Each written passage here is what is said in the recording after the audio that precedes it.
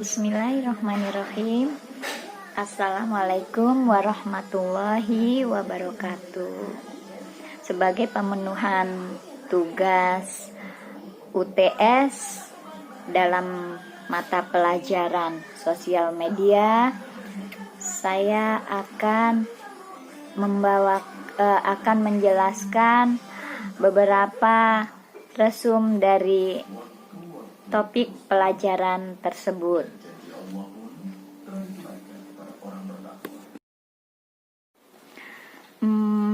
Agar belajar dan mengajar terjadi harmonis, maka pendidik harus mempunyai metode pembelajaran. Sedang yang dimaksud dengan metode pembelajaran adalah cara yang digunakan pendidik dalam melakukan kegiatan pembelajaran kepada anak untuk mencapai kompetensi tertentu. Metode pembelajaran yang dirancang dalam kegiatan bermain yang bermakna dan menyenangkan bagi anak. Dan tujuan dari metode yang satu ini adalah untuk mendapatkan informasi mengenai pertumbuhan dan perkembangan yang telah dicapai selama terjadi proses belajar mengajar. Jika dalam menyampaikan pembelajaran kita membutuhkan media, maka dalam mengajar pun kita harus memiliki prinsip-prinsip dalam pembelajaran anak usia dini. 8 prinsip-prinsip pembelajaran anak usia dini. Yang pertama yaitu belajar atau belajar seraya bermain. Bermain merupakan kegiatan yang paling diminati anak. Saat bermain, anak melatih otot besar dan kecil, melatih keterampilan berbahasa, menambah pengetahuan, melatih cara mengatasi masalah, mengelola emosi, bersosialisasi, mengenal matematika, sains, dan masih banyak hal lainnya. Yang kedua, prinsip dalam pembelajaran anak yaitu berorientasi pada kebutuhan anak-anak sebagai pusat pembelajaran. Seluruh kegiatan pembelajaran direncanakan dan dilaksanakan untuk mengembangkan potensi anak. Yang ketiga, stimulasi terpadu anak memiliki aspek moral, sosial, emosional, fisik, kognitif, bahasa, dan seni. Kebutuhan anak juga mencakup kesehatan, kenyamanan, pengasuhan gizi, pendidikan, dan perlindungan. Dan prinsip yang keempat, berorientasi pada perkembangan anak. Setiap anak memiliki kecepatan dan irama. Perkembangannya berbeda-beda. Namun demikian, pada umumnya memiliki tahapan perkembangan yang sama. Prinsip yang kelima, lingkungan harus kondusif. Lingkungan adalah guru ketiga bagi anak. Anak belajar kebersihan, kemandirian, aturan, dan banyak hal di lingkungan bermain. Dan prinsip yang keenam, menggunakan pendekatan tematik. Kegiatan pembelajaran dirancang dengan menggunakan pendekatan tematik. Yang ketujuh yaitu pembelajaran aktif, kreatif, efektif, dan menyenangkan. Pembelajaran yang aktif, kreatif, inovatif, efektif, dan menyenangkan dapat dilakukan oleh anak yang disiapkan oleh pendidik melalui kegiatan-kegiatan yang menarik, menyenangkan. Kemudian prinsip yang terakhir yaitu menggunakan berbagai media dan sumber belajar. Menurut Piaget, meyakini bahwa anak belajar banyak dari media dan alat yang digunakannya saat bermain. Sebagai pendidik, kita pun harus pandai sebagai pendidik kita pun harus pandai-pandai menentukan memilih media. agar tepat guna dan memenuhi apa yang kita inginkan dalam penyampaian pembelajaran. 5 kriteria dalam menentukan media pembelajaran yang tepat. Pembelajaran merupakan salah satu komponen penting dalam menjalankan proses. Sebab, suka atau tidak suka, kehadiran media ternyata dapat membantu proses belajar dan mengajar sebagaimana tujuan media. Langkah-langkah memilih media. Menurut pendapat Gardner dan Briggs yang dikutip oleh Muhammad Ali tahun 1984-73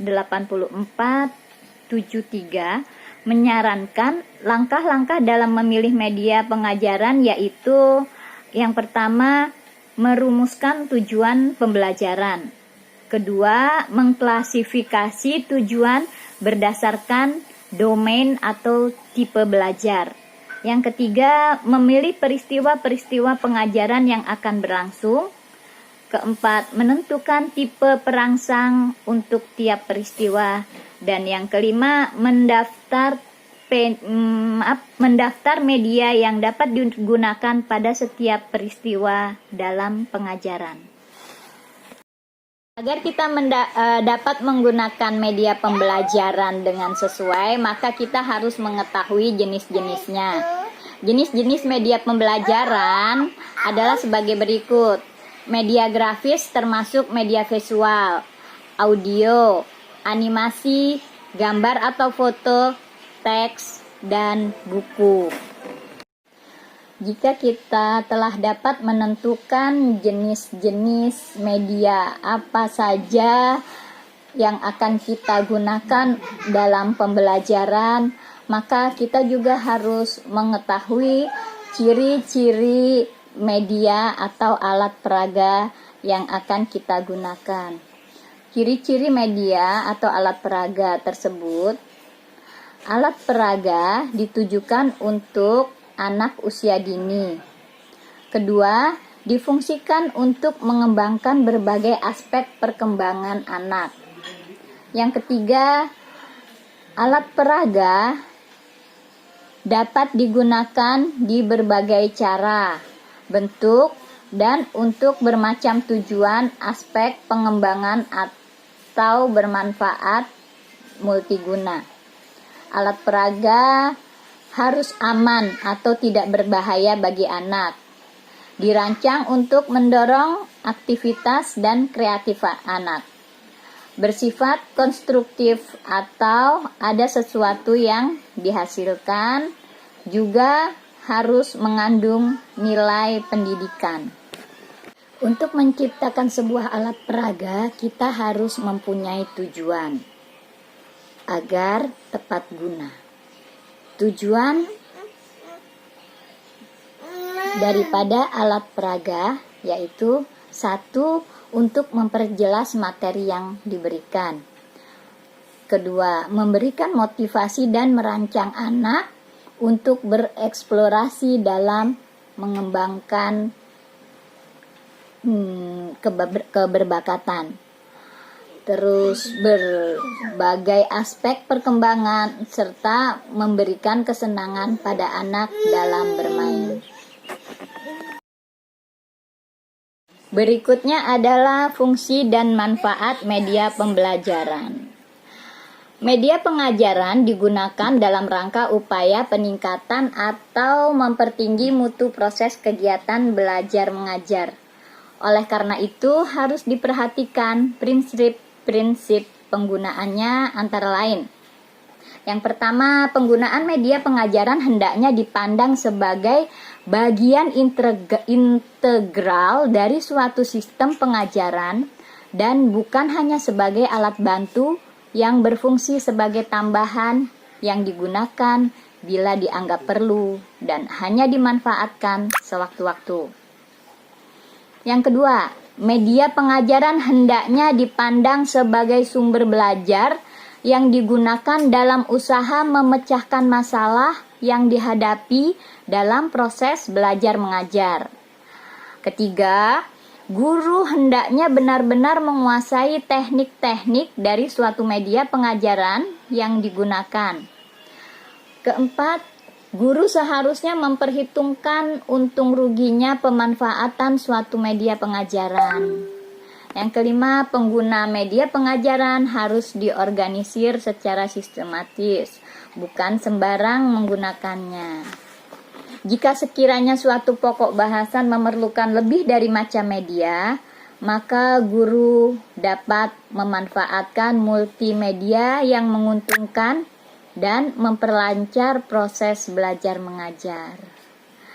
Demikianlah pengetahuan tentang apa fungsi dan manfaat media pembelajaran. Selanjutnya, mari kita lihat mengapa menggunakan media dalam pembelajaran.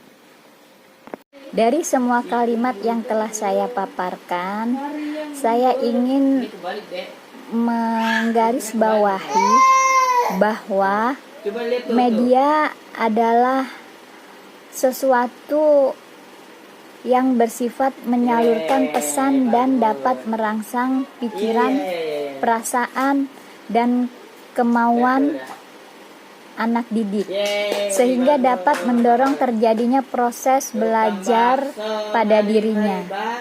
Penggunaan media secara kreatif akan memungkinkan anak didik untuk belajar lebih baik dan dapat meningkatkan performa mereka sesuai dengan tujuan yang ingin dicapai. Bagi para pendidik, media juga sangat memegang peranan. Dan saran saya untuk para pendidik ketika membawakan atau menyampaikan dengan media apapun, kita harus sudah menguasai sebelumnya dan kita harus lebih mengasah keterampilan serta memperluas pengetahuan agar dalam penyampaian kepada anak didik dapat lebih diterima dengan mudah. Demikian penjelasan ini, semoga bermanfaat bagi kita semua. Wabillahi taufik wal hidayah. Wassalamualaikum warahmatullahi wabarakatuh.